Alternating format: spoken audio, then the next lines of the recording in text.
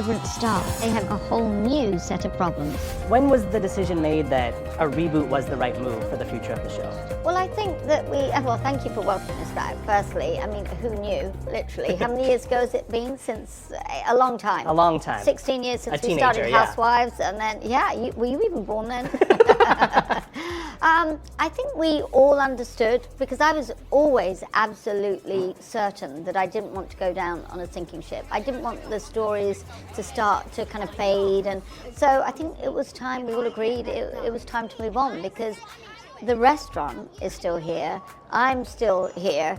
It's just they'd all moved on. Their lives were all fractured, and some of them didn't want to film with each other. So it became very kind of much more produced and, trying to work it out. Yeah. So we thought, let's do it again, but let's do it totally differently. Different people, different energy. Gen Z is very different. The world has moved on in a lot of ways since we first started Vanderpump Rules, so things are very different. Was there any conversation at play of keeping some of the original players around, or moving the action over to Tom so you could have the Toms pop in? I think it needed to be all or nothing. We don't want to do anything half-hearted, and I think it was a moment where we thought we've got a great group of people with existing friendships at the restaurant. The network saw them, and there were stories that were happening. I think in a restaurant, when it's kind of got this young energy, you could actually shoot it 24/7. I mean, I always said that with Vanderpump Rules. You could have kept those cameras rolling, ad nauseam. Did any of the OGs try to snake their way into filming, wanted to get some camera time? No, I think anybody that was kind of still wanting to be in that universe ostensibly was on the Valley anyway. Fair enough. Yeah. How do you feel about being back in the mix in a big way? Because as the scope of the original Vanderpump Rules got bigger, we got a little less Lisa. And now we're back to staff meetings and LVP talking downs and all that. Think very carefully before you speak, because I'm not happy. Do you want to keep working here? Absolutely. Do you still love each other at all? Yes, I love her. I would do anything But you for don't. her. No, I love her. I just don't want to be her friend anymore. We've got to crack down on this flagrant f***ery. Well, not talking downs, talking ups, hopefully. I think I've always been here. My job's always been the same. I think you saw on Housewives as well that it was always about kind of documenting what I was doing rather than what I was creating. When people say, oh, now you're opening here and opening there, they're forgetting that I had 37 restaurants, my husband, in London. So we were always right in the middle of it. It's just, nothing's changed that much for me. You get their personal problems if you're investing in your staff, and you try to guide them in the right direction. So let's just roll the cameras. How much are you here on the day-to-day? I'm not here on a day-to-day. I'm in Vegas. I'm hopping around. I'm opening in Arizona in 3 weeks, which I'm very excited about. My design business is really very important to me, so we're always building restaurants. But I'm here enough that my presence is very much known. I want to run through the fresh batch of SURvers. Give me kind of your first read or impression of them, and if they reminded you of any of the former SURvers. Okay? Oh, well, I can start pretty much by saying none of them are really similar to any of them going forward, but let's give it a whirl. All right, Demi. Reserved, stoic, and a little bit of an authoritarian, which she should be as a manager. She's a manager, so that makes sense. Yeah. Audrey. Very funny, great humor, sees the funny side of life, but also a little vulnerable. Chris, who has a little bit of a reality TV past. Yes, a little bit. I think the girls are going to fall in love with him. I mean, how can you not? He looks like a young Richard Gere. It's almost disarming, really. But they're definitely, and I'm going to put Jason in with him, naughty pair. A naughty pair, very Gen Z, don't give a damn. I mean, the world has moved on since we first started doing Vanderpump Rules, and they're a great example of that. They, in the premiere episode, it's very clear they're kind of new to SUR. So how new to working here were they when they were then sort of in the mix of the show? Yeah. Oh, no, they were around quite a few weeks before. Okay. There's a revolving door of servers here. Most of them have been here for quite a while, but we're always looking for new people. They obviously didn't really know when we were going to start filming, but how can you ignore SUR? So when I met them, I thought, this is an unusual situation, and they proved that to be true. Okay, so it was kind of just everything came together at the right time. It wasn't like you sought out these hot cousin brothers and brought them in just to be on the show. No, I didn't. It wasn't a requirement looking for hot cousin brothers, for sure. It's kind of a very specific niche. I know. Then we've got Angelica. She looks like a China doll. She looks like a little princess, but watch out. You're going to learn a lot about her. She's got a very, very strong character, but also physically, she is, I can't give a secret away because you're going to learn about her achievements in the show, but pretty impressive young woman. Impressive physically? Yes. You have to give me more than that. What does that mean? But don't mess with her. That's all I'm saying. Okay. Oh, okay. She can fight. Kim, I think she gets caught up in this relationship that's been ongoing at SUR, but that often happens when they work together. There's nearly always a couple of relationships that are backwards and forwards. She's got a pure heart. She's really lovely.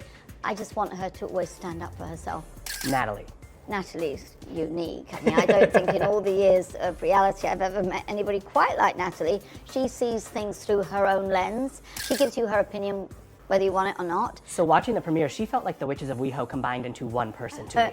Well, she's very kind of erratic. She's a great bartender, though, have to say. Gets the drinks down, she's out there, she's got this energy.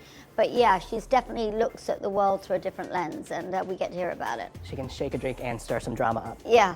Venus, you're going to see, Venus has a past in terms of being a young gay man that has a vulnerability about him and his struggles in life, and I think that's always very interesting to me as long as people are thriving now. He's a very good friend. He actually surprised me because I knew him, but I didn't know him that well, and he's just one of those people that you want to have on your side. He's a good guy. Marcus, the other half of the Kim equation. Yeah, Marcus doesn't always get it right, but Marcus has been through a lot. What I find very interesting about this group of people is they've got a lot of strong personal stories that they bring to the equation. And then there's Shane, who, as far as I know, does not actually work No, at SUR, but somehow wound up on the show. Well, he's always here. He's always Number one customer? Kind of, yes. I mean, he's been here for quite a long time. He's Marcus's best friend. Right. So he's always kind of, and it would have been rude to have left him out, to be honest. He's got an incredible story of how he's survived something pretty traumatic. And he's got an eye on seemingly the entire cast of women. Well, I think they all do a little bit, I have to say. Yeah, nobody's exclusive. All right, who surprised you the most out of that bunch in terms of when filming started and you got to see what was taking place? They surprised me in different ways. As I said, Angelica's strength, she unfortunately had a very ungraceful entrance. Yes, she'll be in the trailer. Okay, everybody, this is Angelica, and she's going to be... Oh my God! Which doesn't define her. She ends up meeting everybody by falling flat on her face. Who surprised me? I think Venus surprised me because I think I initially saw a little bit of a kind of flamboyant character that on the surface felt a little kind of superficial, and then I got to know him much better and I saw a lot of depth and loyalty, vulnerability, so that for me is always interesting when you start peeling the layers away. Did anybody disappoint you and wind up on the naughty list? All of them, yes, all of them. They get it wrong. They're beautiful people that are struggling to grow up, that sometimes make horrible choices. What can I tell you? Who spent the most time in the SUR alley? Oh, I mean, that could be any one of them. It depends who's got the biggest problem at the time. The SUR alley, when they call it the back alley, I'm like, oh my God, can we just call it the SUR alley? What do you make of that becoming almost as big of a iconic thing as the restaurant on the itself? Show. Yeah. Because some of the most important conversations have been there, because I will never let them have anything front of house. So that's their only place to go, you know. And sometimes when they're not even on their shift, they're sitting there waiting for the others to finish their shift just so they can sort it out back there. So, hey, as long as they keep it behind the service, that's good. There's a little bit of a new look to the show. Some stylistic choices were made. What was important to mix up for you and what was important to keep from the original? Well, I think everything's evolved. I mean, life has evolved. We can't look back to 15 years ago and think that will be the same. The only constant, really, is the fact that it's still in this restaurant and I'm still standing. Apart from that, everything had to evolve. Even when we were doing the titles, initially I wanted to change the theme song because I thought, no, let's give it a total different look. But then nothing felt as right. And we started changing the beats and changing the tempo, and it didn't feel as right.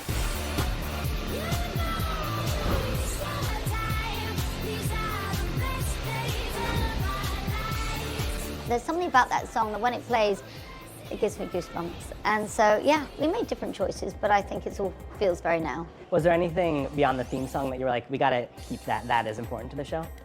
Well, the restaurant looks a little different because that's evolved over the years.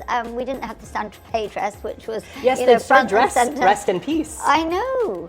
You know, it's a shame that did. It was very avant-garde at the time. I actually bought it in Saint-Tropez. When I lived in France, I kind of went back to the shop and I was like, yeah, they got to wear that, you know? Now it's like a go-to Halloween costume every year. Yeah, I know. It's sad. Rest in peace, you're right. Do you have, when you look back at the first 11 seasons of the show, 4 moments that stick out to you as like those are the things that define Vanderpump Rules, kind of a Mount Rushmore of Vanderpump Rules?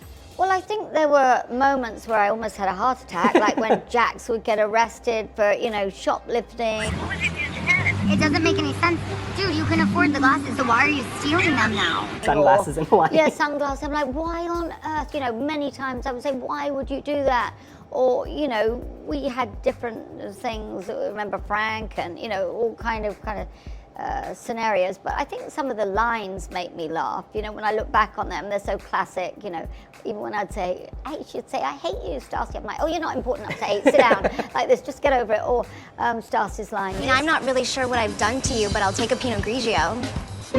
That just makes me laugh all the time. It's not about the pasta. All those funny kind of lines became iconic. But no, I think we managed to do a good job in really captivating all of the huge moments in their life. But there were some incredible moments, like when I officiated Schwartz and Katie's wedding.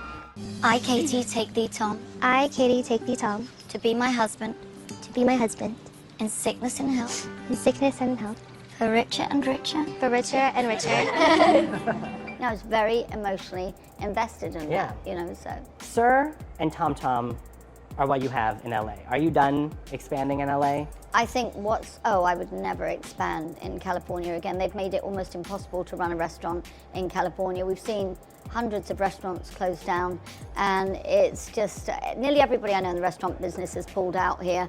So yeah, no, I would never. I'm opening in Arizona next month. Right. So you know, I've got many Caesars restaurants. keeps you very busy. Well, Vegas keeps us